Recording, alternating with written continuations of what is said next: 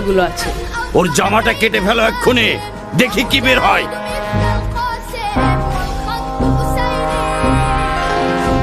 পেয়েছি সর্দার, 40টা খাঁটি স্বর্ণের মুদ্রা।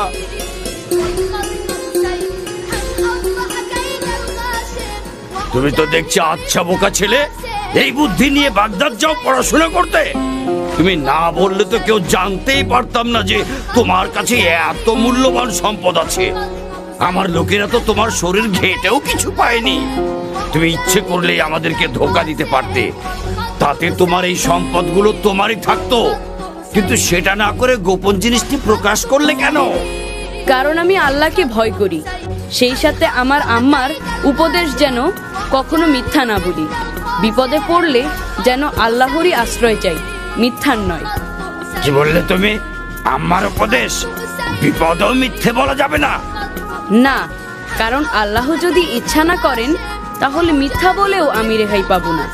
তাই আমি তার কাছেই নিজেকে সঁপে দিয়েছি, মিথ্যার কাছে নয়, তোমাদের কাছেও নয়। আর আমাদের নবী বলেছেন, মিথ্যা হলো সকল গুনার মা। মিথ্যাবাদীকে আল্লাহ কখনো ভালোবাসেন না।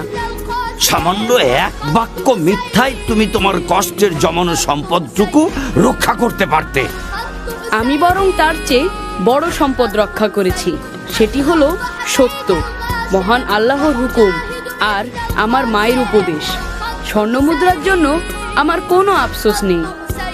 সত্যের চর্চায় এতটাই নির্ভীক এই বালক, এই সাহস, এই ভরসা সে কোথা থেকে পেল? কত বড় সাহস! সর্দারের মুখে মুখে কথা! তোর ঘাড় থেকে মাথাটা নামিয়ে দেবো আজ। থামো! কাল কিয়ামতে মহান রবের সামনে আমাকে মিথ্যাবাদী হিসেবে দাঁড়াতে হবে না। এর চেয়ে খুশির সংবাদ আর কি হতে পারে? এই বালক মায়ের কথার অবাধ্য হচ্ছে না, আর আমি আল্লাহর অবাধ্যতাকে পেশা বানিয়ে নিয়েছি। হায় খোদা, কি হবে আমার পরিণতি? আমাকেও তো একদিন মরতে হবে। কাল কিয়ামতে আল্লাহ যখন জিজ্ঞেস করবেন দুনিয়াতে আমাকে লুটপাট করার জন্য পাঠানো হয়েছিল কিনা, তখন আমি কি জবাব দেব? আমাকে তুমি ক্ষমা করে দাও বাবা, ক্ষমা করে দাও। আজ তুমি আমার চোখ খুলে দিয়েছ।